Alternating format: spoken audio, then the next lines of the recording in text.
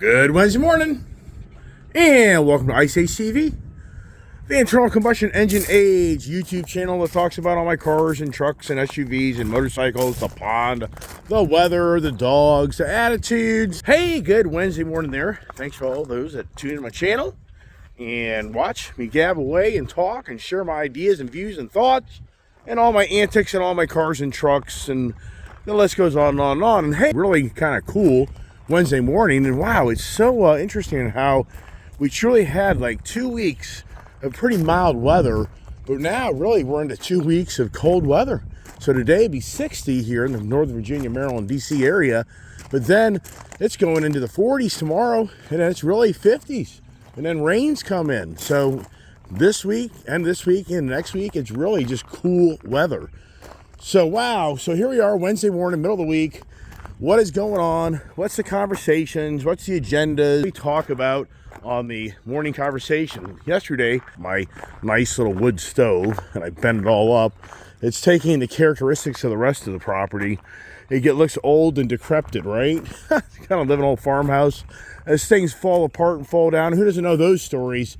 So wow, it's just another adventurous day for me. I've got a lot going on my agenda. I've got a tooth appointment to get some cavities removed, which sucks as you get older in life. And if you eat the sweets and enjoy the foods, that's what happens. There's Kiefer Boy, and old Kiefer Boy's been sleeping in my room here lately. The kid gets a kick out of how he jumps in bed and sleeps with me off and on throughout the night, which yeah, that's kind of good and bad, right? But yeah, so stop it there. So sleeping, I thought, what else could we talk about in the ongoing conversations this week? I thought, you know what, why don't we talk about the sleep, because we had the refund, then we had the attack, now we have, I think today would be a great sleep conversation. And some may say, well, how the hell did you come up with the sleep conversation? Well, believe it or not, that came from me making a video the other day about the race truck, and somebody responded with Z's. And that actually opened my eyes to a whole nother thing that I thought to myself. Lights, camera, action, where's all the puppies? And it's a challenge on how you let these dogs in. Kiefer wants to be the first one upstairs to dominate this little girl right here. He's not going to do that. No, you're gonna go last. So everybody else goes. Here's the routine. Go on. Yeah. Come on, Will. Go on, Tang. Get up there. All right, go on out there. So anyways, it's a never-ending dog assignment. Better get him his little toy here so he has something to eat. Otherwise, we'll eat something of mine up there in the office, which, and twice now, he just about has eaten my remote control in my bedroom for my TV, which that's been a challenge. But anyways, yeah, when you see the TV turn on at 2 in the morning, what do you think, right? How'd that happen? Yeah, it's that dog up there that's eating the control. Yeah, eat that. Not my office. So, anyways, yeah, so the sleep conversation came from the Z conversation, which is, wow, I have a Z28, I have a Z06, and I'm thinking, how the heck, I mean, why did this happen in my life? Why did one day I just get this crazy idea to go for a Z28? I mean, I never really been the Camaro guy per se. I really haven't. I had one Camaro that was purchased back in like 1980, I think 5 or 6, 7, I can't remember. It was like a 1978 Camaro Z28 silver. It was a dog. I didn't like the car at all. I gave it to my sister. I let her take over the payments. Like, here, you want a Camaro? So I just never really was the big Camaro guy. I was always more about the Corvette. And so, anyways, why did the Z's, as people know, that's just an abbreviation for you snoozing, sleeping. So I took that idea of the Z into the sleep conversations. But what's really intriguing is, how did the Z thing come to be here? I mean, why? And I thought to myself, wow, what happened is, remember, if you were watching my channel, I was on the mission to get a Nissan Z. I'm sure those that watch my channel know exactly what I'm talking about. I was so much on the mission to get a Nissan Z, and I couldn't, I had a deal, then I couldn't get a deal, and I did try I tried very hard to get a Nissan Z. I really wanted one because I came from the Datsun 280Z era, the Datsun 240, 260, 280. My dad, you've heard me mention it many times, my dad bought a 1976 brand new British green, racing green Datsun 280Z. Unbeknownst to me, when we were moving from California back to New Jersey, my dad didn't tell me. It was a big surprise because in California, the first time I saw a Z was in 1974, a Datsun 260Z. So in 1969, they brought the first 240Z to the country. And then in 1974, so it was a 1970 model, but I think it was like October of 1969, they brought the first Datsun built, which was Nissan. You realize or not, Nissan was the company that owns Datsun, but they used the Datsun name here in our territory. And so they brought the first one, 69, 1970 model. Then it was a carbureted, like 130 horsepower car. Then it went to like a 1976 or 1974. They went to the 260Z and they upped the power. Hey, I really think the smoking thing, it's a project. The smoking thing's a project. But I'm telling you what, I'm just not seeing all the bird crap. I mean, these guys here, swallows, or whatever the hell you call them, they're basically barn birds.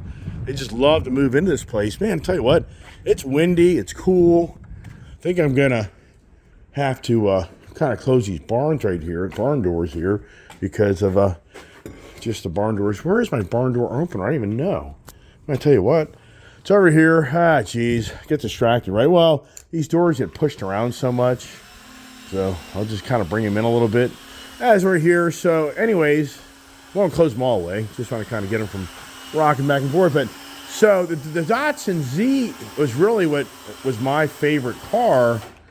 It was the most affordable car that my dad could afford, I guess you could say, because it was very popular for the affordability, because the first 240Z that came to this country was $3,526. If you look it up, that's a fact. So in so many ways, it was expensive, but it was affordable for a sports car.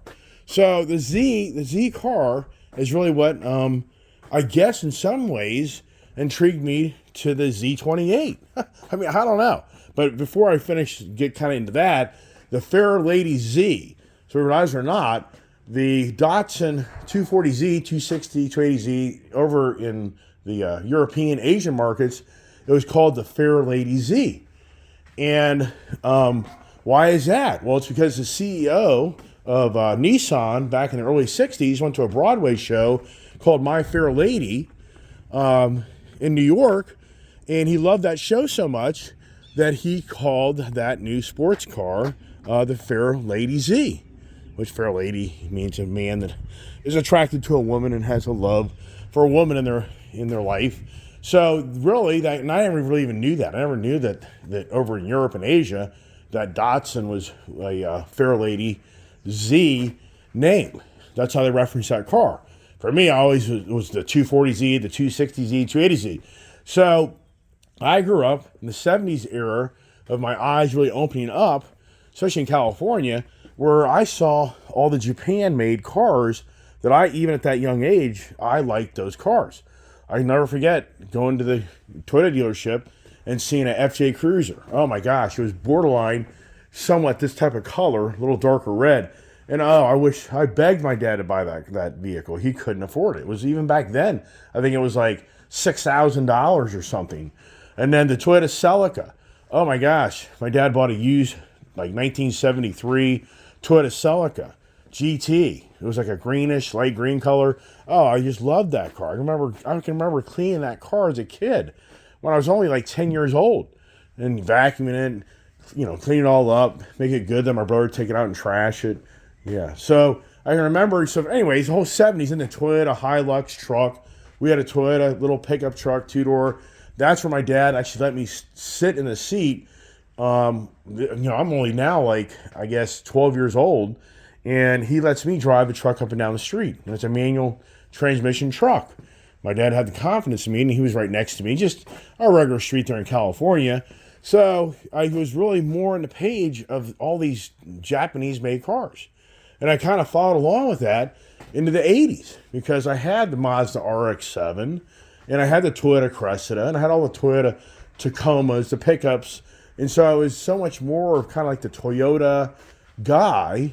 Never really got into the Honda. The Mazda RX-7 was I had the Mazda, I think, 3 Series, 2-door coupe, beater car, for the most part. And then my dad, 1976, when we could go back a little, when we were in Jersey, my brother, sadly, was in a massive, really bad car crash with his good friend out partying, you could say. They're out partying at like 1 a.m. or midnight or 2 in the morning. My brother's in my dad's nice 280Z, and a drunk driver comes up on him. They're stopped at a light, and it hits him, and it totals the car. And thank God my brother and his friend walked away from that accident, but it totaled the car. So we lost the Datsun 280Z back in like 79, I think. But they transitioned into the 280ZX, I think, in 1978 or 79. But then we moved here to Virginia, and my dad picked up a beautiful 10th anniversary edition Datsun 280ZX. And to this day, I sometimes wish I never would have traded that for that RX-7. Yeah, my dad let me trade that car for an RX-7 10th anniversary edition. And I even met the guy. I ran across that car that I traded in up here at the Tyson's Corner Nissan dealership. I ran into a guy that I was like 5 or 10 years later, this guy had that car. And I met him like in a parking lot. And I was like, oh my gosh, this is crazy. And I think when I met him, it had like 80 or 90,000 miles on it.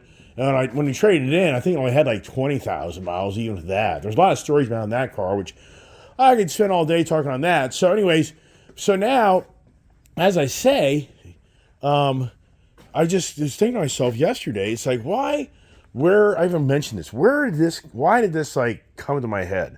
And here's an interesting thing. If I would have gotten the Z, I always thought they were going to call it the 400Z, but they decided just to call it the Z. So if you're not abreast of the car I'm talking about, it's the 350Z, updated new body lines, new engineered car that they decided not to put an abbreviation of a number. It's just a alpha, it's just a Z. It's not numerical. Versus you had the 283. So anyways, so if I would have bought that car, I don't think that this would be here in my garage right now. I don't know why that is. So it's as if the Z car created this, thought in my head of, why the hell did I want the Z? Where did this come from? I'm sincere. And then the Z06 to kind of come to be with this here, what's going to the Chevy dealership this morning. A lot of people are asking, is Carvana going to pay for this? A lot of people are still commenting on the channel with the people see the car coming off the rollback being destroyed. I think it's so funny. So many people feel like that little incident there, they would never take delivery of this car. I think, oh my gosh. So you're telling me if you buy a car and you drive it up the street yourself and then you do a little damage to it, you're going to get rid of it? My wife would say, yeah, that's how my husband is. As soon as he gets a door ding in the car or something happens to the car, he'll get rid of it. You think I'm lying about that? My wife would tell you all day long, oh no, if something happened to that car, he's going to get rid of it. He'll get rid of it. Do you remember the smoke show Dodge Challenger that had a big old ding in the side of the door that we got rid of for the Super Bee? Well, that Super Bee yesterday, a lot of fun. Got a whole video on that car. It's a lot of fun, but it's just such the mundane car. It's such a family. It's a good car. So I try to explain that. If you didn't watch a video. A lot of video content there. I had a lot of fun there at the end. On the roads around here, just people are crazier than me. You may not believe that if you watch the driving situations. But anyways, so you just think to yourself, okay, the Z06. So what, we're Z06. Now keep in mind that the guy, Zuro, whatever the guy's name is, that brought the Z06. This is like 1963. We realize or not, the Z06 came from the head guy of the Corvette brand that brought the Corvette to be, I guess, Zoro. I think I got it here on my phone. And so he was wanting the Z06 to be a beefed up Corvette to go against the corporations that were anti-racing. So apparently this guy, German guy, apparently he was the guy that instigated the Corvettes to get into the racing series, and he designed the Z06 to basically slap the corporate guys in the face that he wants to bring a batter-ass car to the market. But what's very interesting, though, about the Z06, which I didn't even know this. So 63 is my birth year, so that's pretty cool. If you think about it. It was only a 1-year run. So the C6, the Z06, literally disappeared from the being ever built again until 2001, when the C5 generation Corvette came to be, which I had one of those. And I couldn't remember the year. I thought, for some reason, I was thinking 99 or 98 or 2000 when the C5 came, but I'm not that in-depth in all the Corvette generations. But apparently it's 2001, and I got one in 2002. So, which I found a freshly used one for a pretty good price. And I didn't take the 350Z or 300Z. No, it was a 350Z. I ordered and got tired of waiting for it and bought that. I talked about it the other day. Whole point is, the Z06 nameplate and the factory options to make it a more track-oriented performance go-ready vehicle, it disappeared from 63 until 2001. So that was so you think about that. What's that, 28 years? Is that right? No, that can't be right. 2000, that should be 38. That'd be, 38. Anyways, the whole point is the car came back to life in a C5, a C6, C7, and now C8. So Chevrolet has kept the Z06 tradition going now since 2001. But they abandoned it from 1963. After that model year, they didn't do it. But here's another thing. Is it Z06? If you look at this, I've always thought, it looks like a Z0, but it's an O. So if you realize or not, the Z is a alphabet, and the O, and then the 6 is numerical. So it is a Z06, not Z06. Anybody out there I'm sure somebody say it's a Z06, right? No, ZO. It's an O. It's an official O. It's not a 0. And it has to do with the ordering code as well, and that's where the Z28 comes in. So here this is, as you know, watch my channel. Let's go into the dealership today to have the emissions looked at, to see what's going on with the emissions, and to get it on the lift and to see really what played out with this car coming off that rollback and what makes sense of the next move and what we do with the car. But once again, I think it's funny how many people are like, oh my God, give the car back.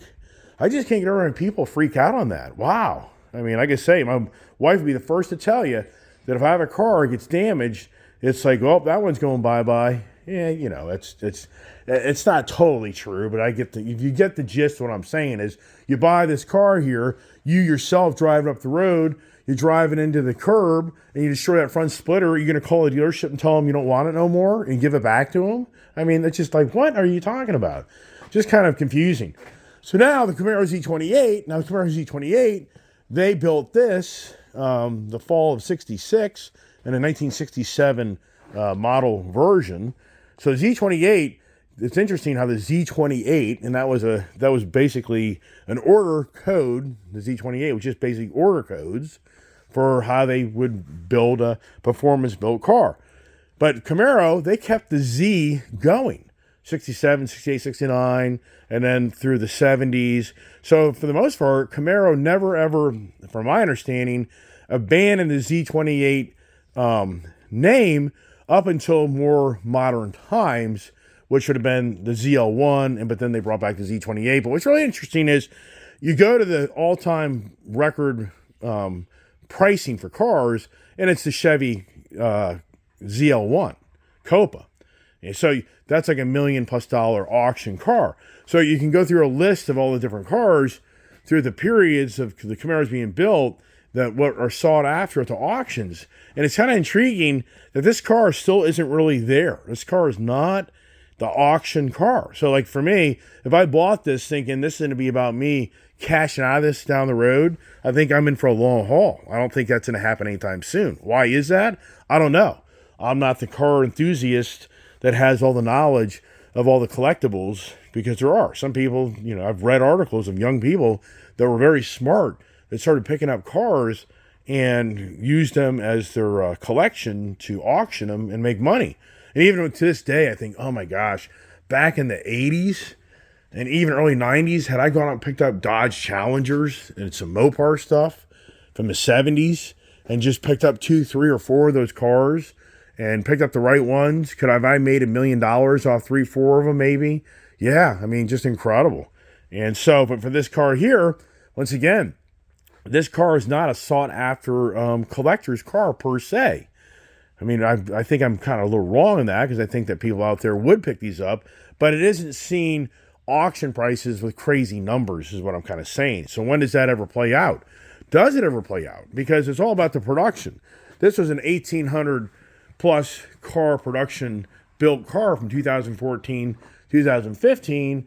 So, you know, does that versus like the Z06 63 car, there's only like 260 of them made or something, or maybe it's a Camaro. There's a lot of different statistics, but for the 60s cars, it was typically very low production cars, and that's what brings the numbers, because they're rarer than rare. Versus this here, I'm sure if 1,800 plus were built, how many are still in the market that didn't get totaled, crashed, ruined, junkyard?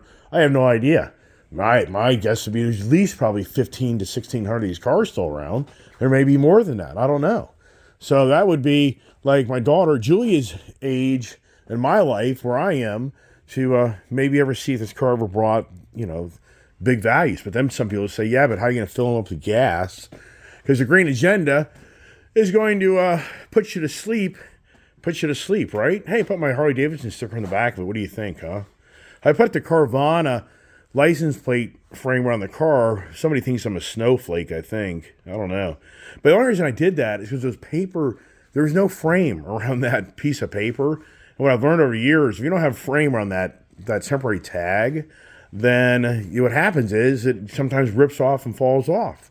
And what's interesting is Carvana is giving themselves till June to get this thing officially registered, because that's the running joke of Carvana, which I'll agree it is. It takes them forever to get their title and tag work done.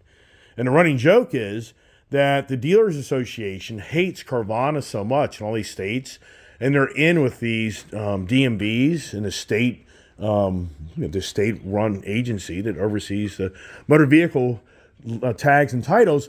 The running joke is that the Dealer Association is in with these guys, and they deliberately make Carvana go through a lot of hassle to get these cars tagged and titled. In fact, I believe there's one or two states where you cannot buy a Carvana vehicle because the DMV won't recognize the transaction, and the Dealers Association has so gotten into the legislation, the policies and politics and rubbing shoulders that they have literally convinced the DMVs not to honor Carvana purchases. They think they're sham. Many people think Carvana is a total scam. Many people think you buy a Carvana car, you're going to be screwed over. Well, I can tell you this much. Here's a car I bought from Carvana. I mean, to me, why? I had a really nice Toyota 4Runner I bought from them. So I've had 2 Carvana deals, no issues. Took a little time getting the paperwork done. That's true. On this car here, this is my 3rd purchase, and you saw it played out on the rollback. But overall, I don't know. It's like somebody owned this car. There's a Carfax report attached to this car. Now today, when it goes to the Chevy dealer, it'll have to show. They'll be able to look at it better and get a better idea of this car. But it had an open recall. But the service guy I talked to the other day, he claims that the service recall was a front airbag issue, and that was resolved. It's been fixed.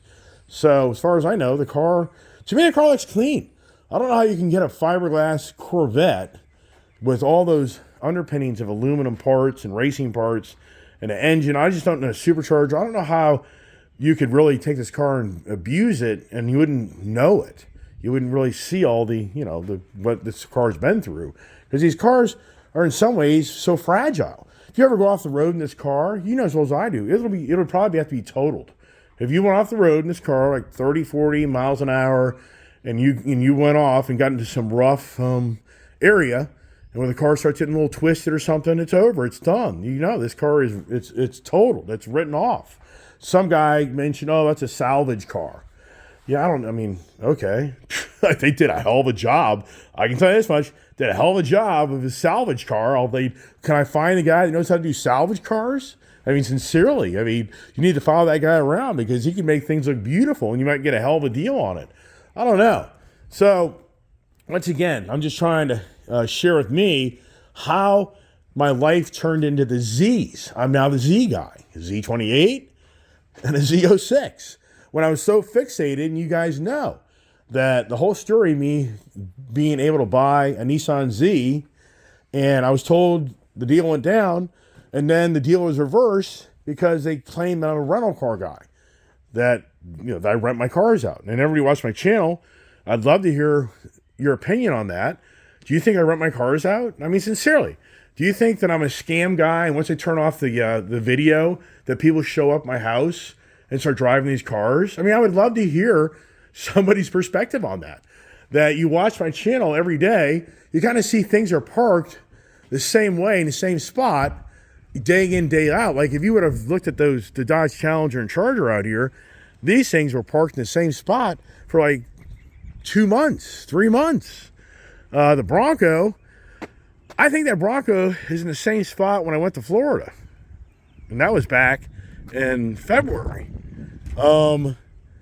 These other vehicles, that truck was parked on the other side of the freaking barn for a long time. Front driveway, well, that's the wife's car. Can't rent those out. The wife would be furious as hell if I was renting her car out. She had all of her personal belongings in there. Then the Grand Wagoneer. That kid loves that damn GT Mustang. She drives that all the time. The F450. You think my kids will let somebody drive an F450 or that Mustang over there? Think she's going to let me rent that Challenger out that's in her name? I mean, sincerely. The Ram 2500 pipe truck. You think that my daughters let somebody rent that? I mean, really? So for the rental car theories, I'm just intrigued to know how that's all playing out. And if you go over here, you'll see this Mustang Mach-E that has been sitting in my driveway, and that's all it ever does. I could guarantee you, I would like to know who's seen me drive this car on my channel. I'd love to know when the last time I actually drove this car. In fact, look at this here. The inspection sticker is coming up.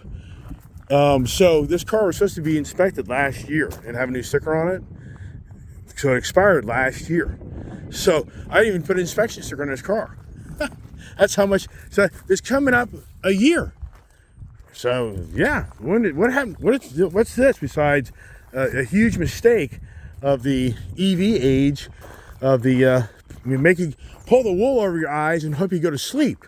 Could be so and where we are in today's world that so many are trying to convince others just to pull the wool over your eyes and it'll all be okay. Just close your eyes. Maybe that's what the goal is. Just to close your eyes and everything's gonna be okay. You ever done that for your friends? You're gonna prank them and they even know it. And you say, close your eyes, put your hands over your eyes, or you're gonna surprise somebody with something. Put your hands over your eyes, yeah. So apparently, my good friend Chris, who's feeding the addiction, he texted me yesterday. Man, I had a busy day yesterday. Jesus Christ! Oh my gosh. He's texting me, which I kind of felt bad as I didn't get back to him for a while, but I was just too damn busy. Oh, I get my ignition. I got to turn the battery house off.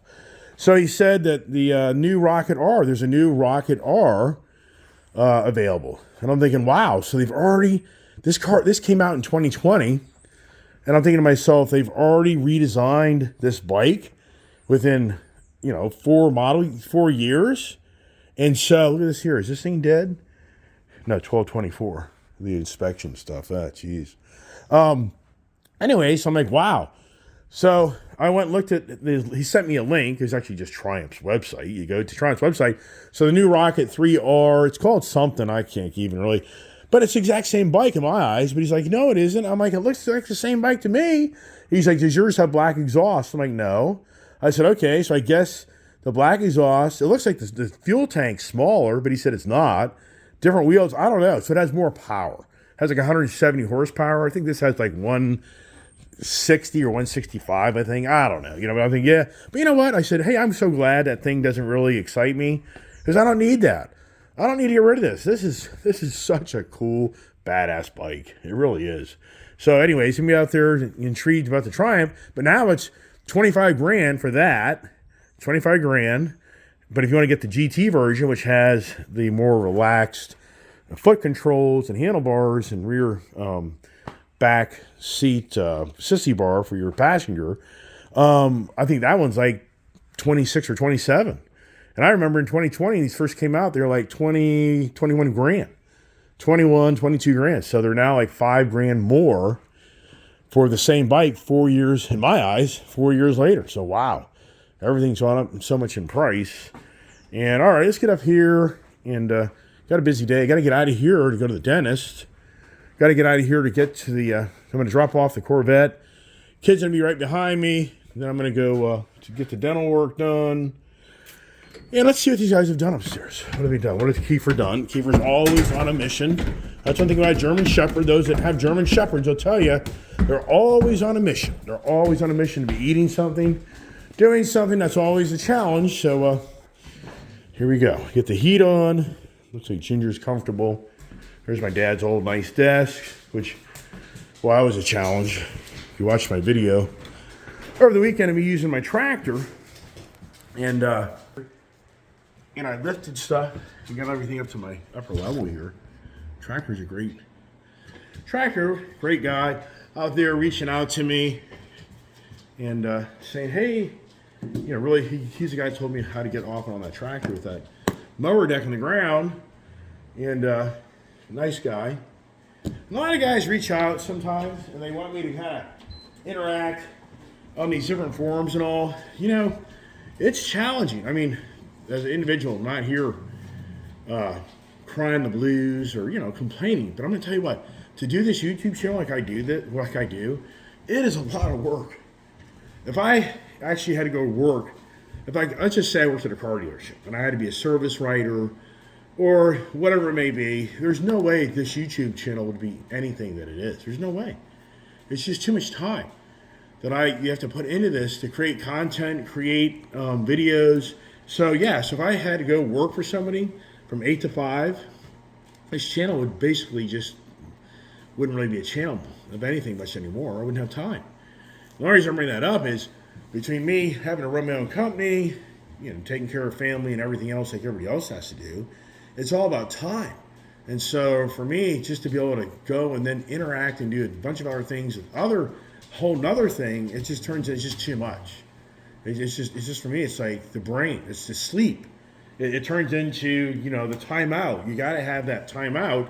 And that's why I thought the sleep conversations this morning would be pretty cool because I can show you what I've read about sleep.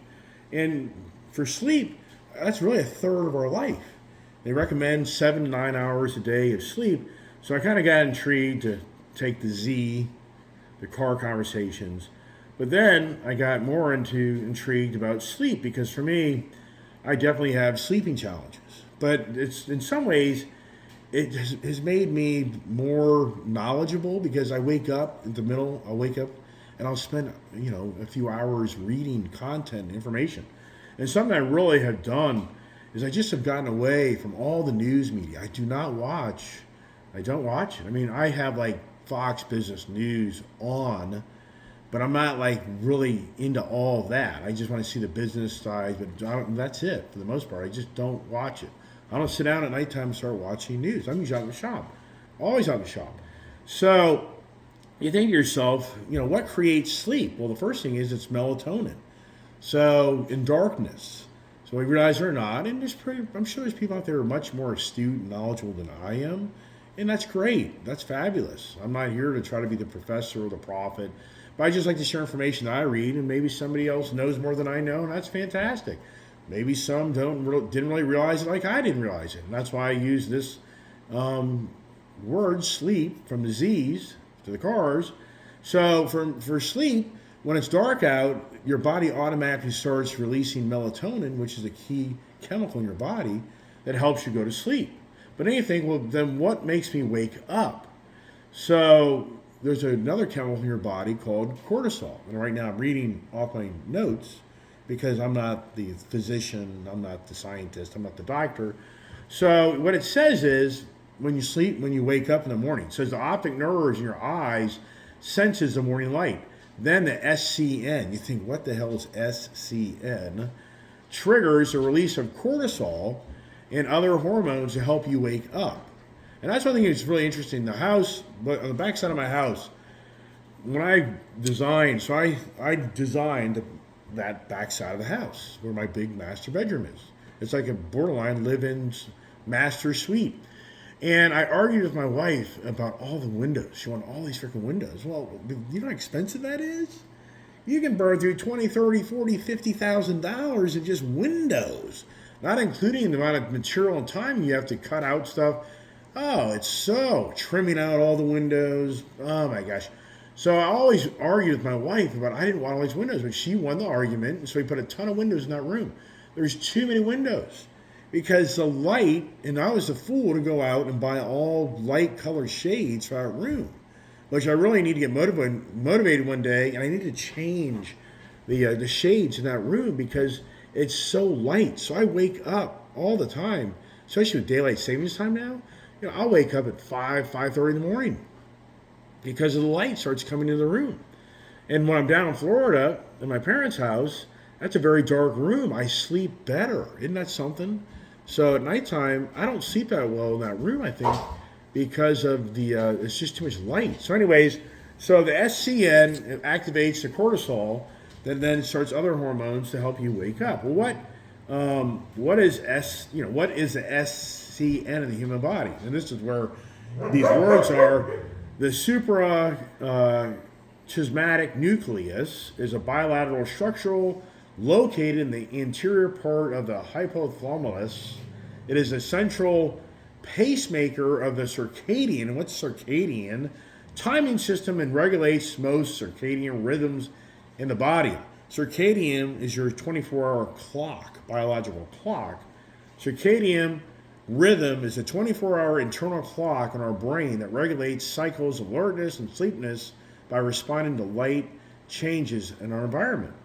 That's what I was thinking about is, when you write down the sleep, one thing about sleep is if you have sleep deprivation or you don't get good sleep, that weighs on you. It makes you more irritable. It makes you grouchy. It makes you lazy. It makes you more lethargic, tired, and especially like driving cars. I mean, you have no idea how many years I had to get up at 4:30, 5 in the morning. I drove an hour to work. I was behind the wheel of a big tanker truck for another 8 hours, 10-hour days sometimes. Didn't get home sometimes till 7 o'clock, 8 o'clock at night. Had dinner, jumped in bed, went back to, and I'd get like 6 hours of sleep. But man, I would just be some days so freaking tired. I'd be driving that big ass tanker truck, and it's like that circadian rhythm would come to be, and you would just you went into this time phase where you just want to go to sleep, where it's 11 o'clock in the morning. Or since I got up so early in the morning, it's like the rhythm, the algorithms change. Because usually it's like 2 o'clock in the afternoon. I think most people would agree that you're like 2 o'clock in the afternoon, you just have this like algorithm in your body where you just kind of get lethargic or kind of sleepy or tired. But when you're driving cars and trucks, it's a huge problem. In fact, in this area, I've always been very intrigued when the daylight savings time comes in. For many years, you would then hear about car crashes early in the morning where people were, their whole circadian rhythm was off kilter. So their body, they would fall asleep and get in a horrific crash and kill themselves. That hasn't happened as much, but it's all because it's remote working for the government. This area is so government based that the traffic flow all changed after the pandemic.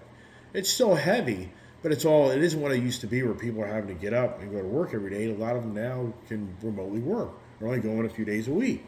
So gotta get some water here as we talk. So sleepiness, that's a key component to our well-being and livelihood.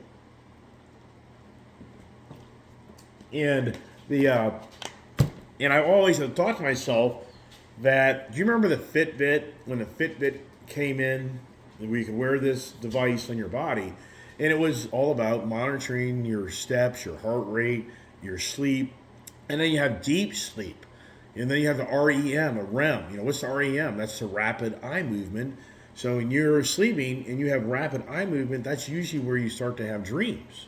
Because most of us have dreams. Some will say they don't, but for the most part, you're going to get some dreams, not the whole time sleeping, but portions of you sleeping. They say that it's not uncommon for people to wake up 2 times to 3 times a night. So anybody out there is like, oh, they're worried that they wake up. No, it's not uncommon at all. If you're always having to wake up to go to the bathroom, then you got something else going on. So just, yeah, if you're waking up every few hours to the bathroom, you probably have diabetes. So you might want to go see a doctor for that. Trust me, I know those stories. I've been through it.